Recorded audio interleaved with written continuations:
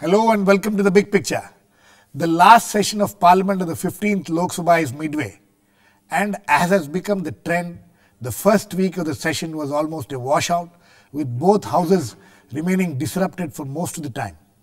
Serious concerns are now being expressed about the Parliament becoming increasingly irrelevant. The 15th Lok Sabha will end up as one which passed the least number of legislations. Nearly 60% of the question time in both houses were disrupted during this period. The 15th Lok Sabha met only for 335 days till the end of 2013, and including this session, it won't cross 350. On the other hand, the first three Lok Sabhas sat for an average of 600 days. The total time spent for debating legislation in this Lok Sabha saw a new low with just 23% of the time spent on it, while the first Lok Sabha spent 49% of its time. Worse, 35% of the 162 bills passed in this Lok Sabha, lowest ever for a full 5-year term, was debated for just an hour or less. The average time spent on discussing the general budget in the last decade has come down to just 39 hours from 123 hours in the 1950s. Many other serious ailments are visible for all in the functioning of the Parliament. All this has led to serious concerns being expressed about its future. Today we will discuss why it has come to such a pass and discuss how to ensure order and better functioning of the Parliament. To discuss this with me, I have with me M. Ramajois, BJP MP in Rajya Sabha and a former Governor and Chief Justice of Punjab and Haryana High Court, Bhartruhari Mahtab, BJD MP in the Lok Sabha, Dr. Ajay Kumar, Jharkhand Vikas Morcha MP in Lok Sabha will be on the phone line with us, PDT Achary, former Secretary General of Lok Sabha, and A. Surya Prakash, senior journalist and author of What Ails Indian Parliament. Welcome to all of you. Surya Prakash, I'd like to come to you first because you have been witnessing Parliament nearly now for the last 40 years or so. When you wrote that book, What Ails Indian Parliament, sometime in the mid-90s, there were obviously ailments in the Indian Parliament when you wrote that book, when you decided to give that kind of a title for the book. But do you think that the ailments have got worsened in this last decade or decade and a half or almost 2 decades? I think it has got worsened. Actually, in 1995 when that book was released and the title was What Ails Indian Parliament, the reason was about 20% of Parliament's time was getting washed out because of disruptions. Now we have reached a point where the average time lost is about 40%, which means that about 40% of time of Parliament is completely washed out session after session. The other thing is, if you look at the average sittings of Parliament per year, from a high of say 130 to 140 sittings per year, it has now dropped to 63 sittings in 2013. In the last 5 years, you were just reading that out, it averages about 70 sittings per year. In those 70 sittings, last year 56% of the time was washed out, which means it virtually amounts to 35 sittings. So from 135 or 140 sittings a year, you are now virtually down to 30 sittings a year. It has had terrible impact in terms of the core responsibilities of members of Parliament, that is their oversight responsibilities, keeping a watch on how government works and so on, and the legislative responsibility, lawmaking. Both have suffered extensively, and I think later on in the program I will talk about question hour and what damage it has done in regard to question hour in Parliament. Justice Ramajois, you have been in this house now for nearly 6 years. You were a judge earlier. You have held many positions. When you sit in the house and watch the proceedings and what is happening, what is the impression which you are getting? What is it that you think has gone wrong in the functioning of the Parliament? I have been in a judiciary and courts, and I expected similar or better discipline in the Parliament. But after I came here, I find deeply disappointed. I have read a book, My Picture of Free India by Mahatma Gandhi. Right. In that he has said, if you want to be a Democrat, the first lesson you should learn is discipline. Discipline and democracy goes together. Without discipline, there can be no democracy. It is unfortunate here, people come to the well, tear off the bills, and make all sorts of disturbance, and ultimately the chair has no other alternative than to adjourn the house. This is, and not only that, valuable time of the parliament is wasted. We are giving a very, very bad example to the entire nation. I remember long back in Indian Express, Abu Abraham has written a cartoon. In that he said, students' misbehavior, and then they were student election, they were destroying ballot boxes and making all sorts of noise. Then they said they were all learning from the leaders. See, as it is said in Bhagavad Gita, Yadyata Charati Shreshtaha Tata Deveta Rojana. Those elders who are in the forefront, whatever they conduct themselves, that is followed by others. Therefore, particularly now that fortunately earlier TV was not available. Now that TV is available, every act of parliamentarians and what happens in Rajya Sabha, Lok Sabha is witnessed by the youngsters and the normal people. Yes. And they will feel astonished. What is it going on in the parliament? Okay. There is some sort of discipline must be introduced. It must be self-imposed discipline, and there should be an agreement between all the political parties. I remember Pandit Deen Dayal Upadhyaya, who was the president of BJP. I knew him very well. He wanted to draw up Achary Samhita, code of conduct for all the members of parliament and politicians. Yes, sir. I think that has not happened, and it is high time that we must incorporate a code of conduct with both within the parliament and outside the parliament, even for political agitation. Okay. It is absolutely necessary. Okay, in sir. order to save our time and energy. Okay, sir.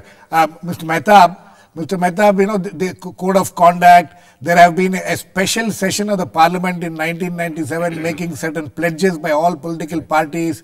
We have seen repeated these kind of resolves outside the house, but when it comes in, when people enter the house, all those resolutions, all those promises, all those pledges seems to just take a toss.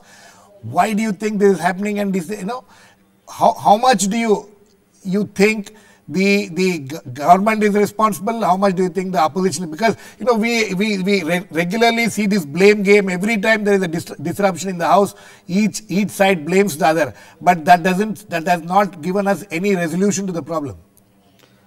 First of all, I would say there is a comparison between the 50s, the 60s and the 70s with the present situation that is being unfolded in the house. Right. You are comparing apple with oranges. The parliament remaining the same. Right. The fruits remaining the same, but apple and oranges do not match. During those period, it was a single party and there was no opposition. Rather, there was no recognized opposition till 1967. And after 1967 or 1977, a true opposition came into force. Right. For last 20 years, I would say since 1989, we are having coalition government or minority government. Yes. The society is faction-ridden. When the society is faction-ridden, the elected members from the society also lead certain factions of the society into the house. And there is little unanimity between the members inside the house, though they represent various sections of the society within a given political party. That is being witnessed in Congress today, in 15th Lok Sabha. Right. You have members moving no confidence motion against their own government, and they are being suspended or expelled from the party, as it has happened in Congress today. So in that respect, let us not compare what was happening in the 50s and 60s and what is happening in the 90s. What is the, Mr. Mahtab, what is the solution?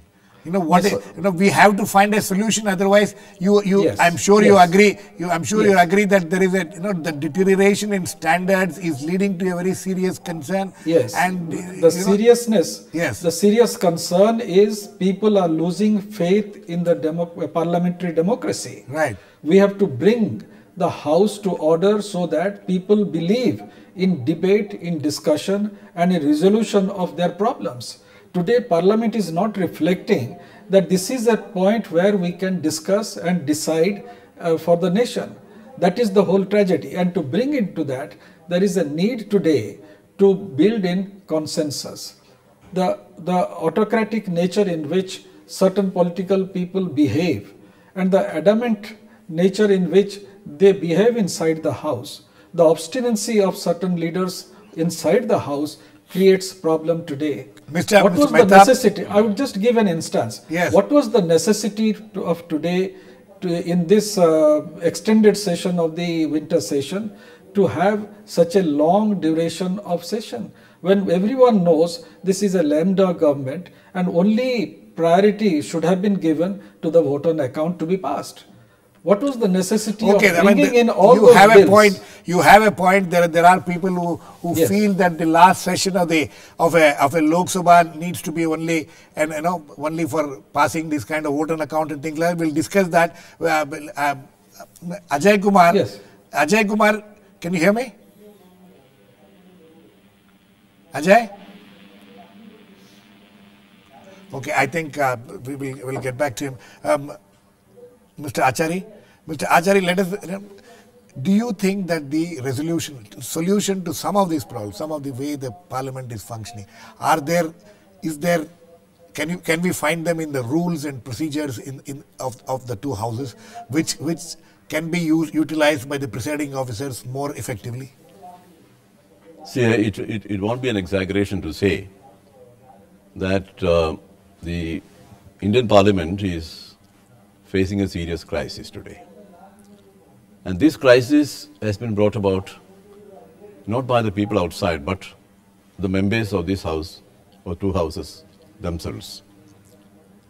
Now, efforts have been made in the past to fix the crisis, but they have not been able to fix it. Now, what exactly is the problem? I have been sitting in Parliament since 1970. Right. So, for almost 40 years, I have seen Parliament. And of course, as I agree with Dr. Mahtab, when he says that oranges cannot be compared with apples and so on. But, see, the point is, there was better performance of members in Parliament earlier. That means it is possible. Of course, it has become almost a fashion to blame it on the society outside.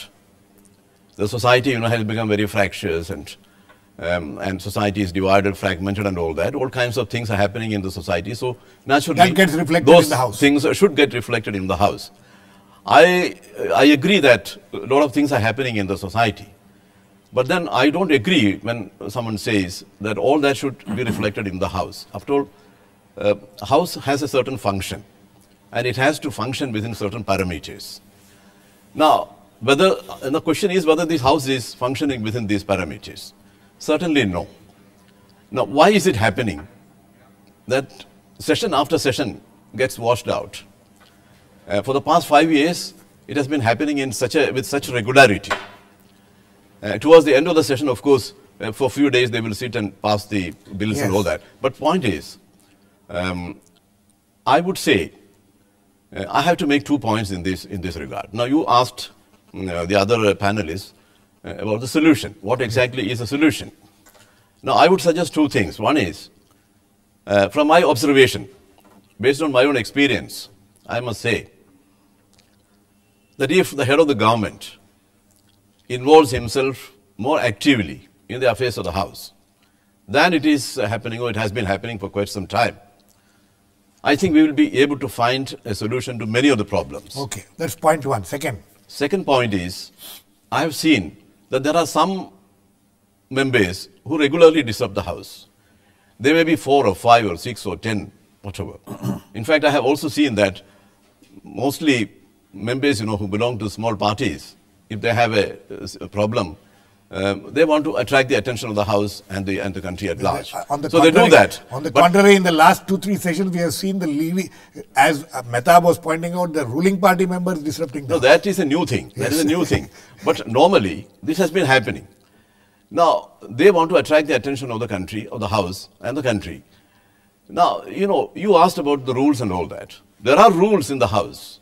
After all, the House should not be so helpless as to quietly sit and watch when the House is being disrupted day after day after day. That is not. So there are already rules which can be used. Which can be used, which should be invoked. But which are being very, very sparingly used. Which are not being used at all. Not at all. Ajay, can you hear me? Yeah, I can hear you, Girish. Ajay, you are a new member of the parliament. This is your first, you've been this is the first time you've been elected to the Lok Sabha. Your term is now coming to an end in these 5 years. When you sit and watch, do you think that there are any measures which can help in better functioning of the House? Or do you think that certain measures which need to have been taken has not been taken? What is your impression of all these things as a young MP for the first term MP?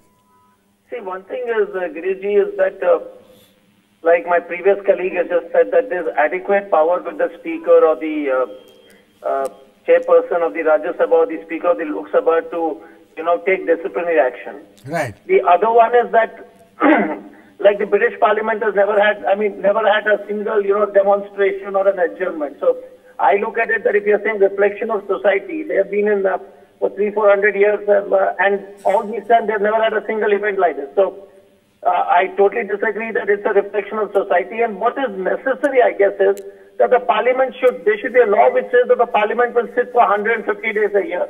And if you disrupt it, so many hours, and if you disrupt it, you add it to the scorecard. And the other is to take disciplinary action irrespective of whatever be your party affiliation.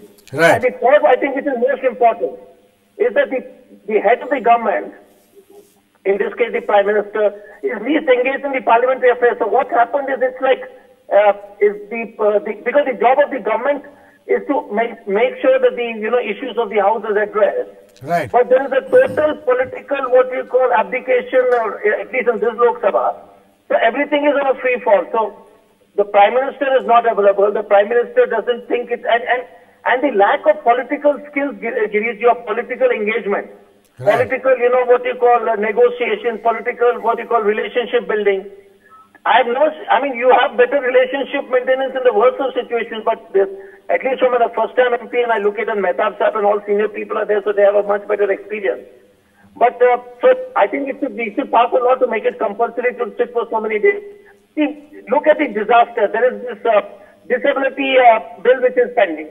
Right. Then there is this the Psychotropic Act which will give relief to cancer patients for pain. Right. Disability, the vendors bill is pending. There is got no political consequence of these three bills. No, that's exactly. So what we have done is effectively, we have actually created great deal of misery for the silent people, the disabled, the people who are under cancer, who are under great deal of pain, or the street vendors. We have said that we don't care. And okay. There is no political issue. Okay. I'll come back to you, Ajay. Please hold on. Surya Prakash, yeah. The question now is that we have discussed a lot about what has gone wrong. We know that. Now, 2001 there was a presiding officers conference. Yeah. 2001 they came out with a conclusion that to ensure smooth functioning of the House, there has to be automatic suspension of MPs who disrupt the proceedings. 2001, 2014, now 13 years, it doesn't get reflected in the houses, not just in parliament, even in state legislatures. Why do you think this is happening? You think time has now come that everybody needs to sit together and decide this has to be done. For instance, last 2 days, the Rajya Sabha, the chairman of the Rajya Sabha has been naming the members who have been misbehaving and disrupting the House. Last 2 days, 10 members each on Friday and yesterday Monday. 10 members have been named in the parliamentary bulletin. It is now part of the record that these are the members. Do you think this naming and shaming of the MPs is going to work? Merely putting their names in the daily bulletin is not enough. In my view, some things are non-negotiable. I think we have to reach that point now. And it is up to the presiding officers of the two houses. Mr. Mahtab said, don't compare 50s, 60s with 2000, 2010. I agree with him. Social and political environment in the country today is different. But some things are non-negotiable. For example, discipline in the house. Right. Whether it's 1950 or 2014, discipline in the house must be ensured. So there, I don't think one should have any dispute about that. The other thing is how one ensures that discipline.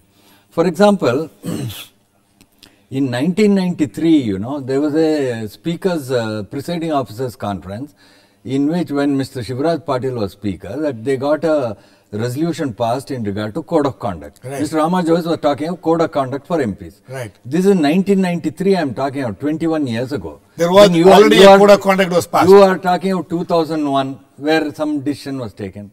Let us go to the 1997 resolution of parliament, 50 years of parliament when they have independence, when they took a resolve that they will conduct themselves in a very disciplined manner. So there are enough resolutions. I feel that it's up to the presiding officers now to ensure discipline in the houses. Mr. Achary, you think naming and shaming is a beginning? You think that this automatic suspension rule is something which will have to be implemented if we need to see a proper functioning of the parliament? Well, I would agree with because when you were Secretary General, there was a record number of expulsions from the house. Well, as Surya Prakash says, we have to draw a line somewhere. Yes. And we should not allow people to cross the line. Right. Because after all, this is Parliament. Parliament has to function. And if it doesn't function, then naturally the country will suffer. And therefore, we have to draw the line. And then, other panelists were talking about the code of conduct. In fact, in the rules of the houses contain such code. There are so many clearly laid down rules which govern the conduct of members in the house. But they are not being followed up. The point is, for instance, this naming of the members has been done 2 days in the last. But the same members, we found them in the well of the house today again. No, I have something to say about that. Yes. Now, naming of the member in parliamentary parlance, naming of the member means when a member is to be suspended, the speaker or the chairman names the member, and then a motion comes from the Parliamentary Affairs Minister or from any other minister from the government side, and that is passed by the House and the member is suspended. Yes. Otherwise, naming means only that. Naming becomes important only in the context of suspension of a member. The other naming, I'm not very familiar with that procedure. So there is no, the naming should lead to suspension and then only it makes sense. Otherwise it makes no sense at all. Okay, Justice Ramajois, you think that the political party, you belong to the major opposition party, you think that members like you who have been suffering in silence for all these days, people like you within the political parties, do you think that you will be able to bring pressure on your party and other members from other parties to ensure that this what you were talking earlier of discipline, for instance, in the Rajya Sabha of which you are a member, members have been named. You think they should be suspended? Parties and all the leaders. In fact, once in Bharati Vidyavan, Bangalore, C. Subramaniam, Yes. Bharat Ratna, Yes. he said in 1950s, you could see in Lok Sabha, Rajya Sabha only one person standing. Never two persons were standing. Yeah. If one is speaking, another, nobody would stand up. That was the discipline. Indiscipline coupled with intolerance. Yes. There is some sort of political intolerance. You have no, even temperament is not there even to listen to what the other says. Right. Democracy, listening, hearing हो सकता है क्योंकि because some person speak loudly you are bound to hear. Hearing is not the quality of democracy. Listening, you must listen what the other person is saying and then give your own thoughts and then speak in the parliament. And there is sometimes another thing is there is not a correct response from the ruling party. See, for any reasonable question is right, there must be reasonable answer. Yes. If this is not forthcoming, then there will be a provocation. Okay. All these things should be avoided. We must draw up a code of conduct and see that no more than one person is always standing in the Lok Sabha, Rajya Sabha while speaking. If speaker stands up, all should sit down. If one person is speaking, no other person should speak. Unfortunately, Justice Joy, language. I am a Sanskrit student. Yes. I will tell you one important Subhashita. Priyavakya pradhanena sarve tushyanti jantava tasmat tadeva vaktavyam vachane kata raddhata. By using polite and good language, even animals feel very happy. Therefore, when there is no dearth or scarcity for good works, why in a democracy, a persons in parliament or any other democratic organization, they should use only good language, should never use foul language. Many times we have seen. Okay, sir. I need to. We are coming to the end of the show, but I hope your good words will be heard by your fellow parliamentarians and will abide by it. But, Mr. Mahtab, do you think that the automatic suspension rule is one of the solutions to ensuring a proper functioning of the House? And do you think that what the Rajya Sabha chairman has been doing in the last 2 days is something which should be continued?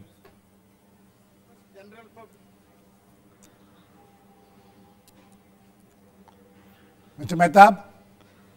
Can I respond? I couldn't hear you at all. No, I said I could not hear you at all. Automatic suspension, you think automatic suspension is one of the solutions to the problem, and also the way the Rajya Sabha chairman has decided to name members who are disrupting the House in the bulletin, is this something which could hopefully lead to a better situation in the House? Because I have to tell you that today those people who were named were again found in the well of the Rajya Sabha.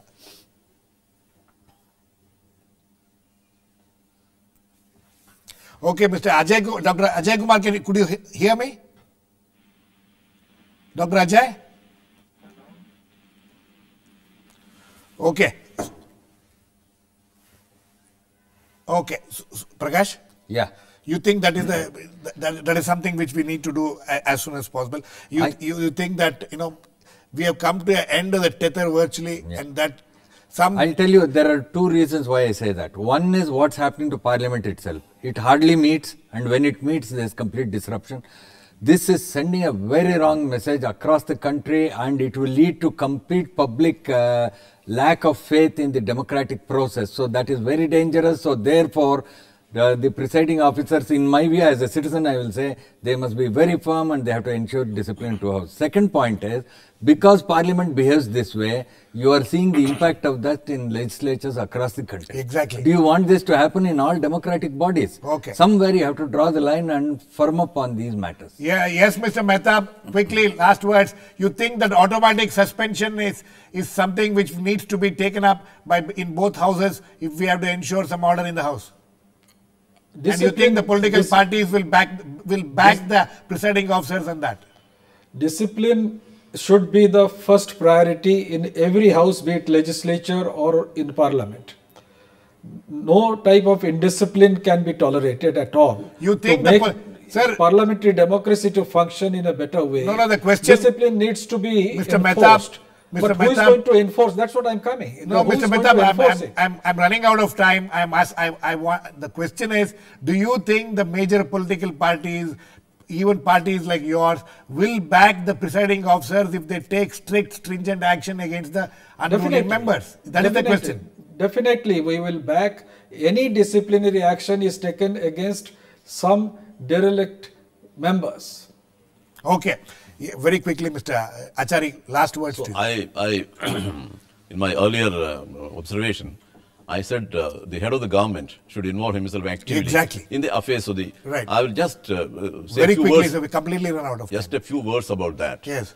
When the Prime Minister is involved in on a day-to-day basis in the affairs of the House, I think that will create necessary confidence in the members, the leaders of the parties. Absolutely. I think you have a very important point there, but there is also, a time has now come when the presiding officers will have to take things in their own hands and ensure that their respective houses function smoothly. We'll wait and watch what will happen in the coming days. Thanks to all my guests, Justice Ramajois, Mr. Bhartruhari, Mahtab, Dr. Ajay Kumar, PDT Achary and Mr. A. Surya Prakash. Please keep watching. We'll come back with another issue in Big Picture same time tomorrow.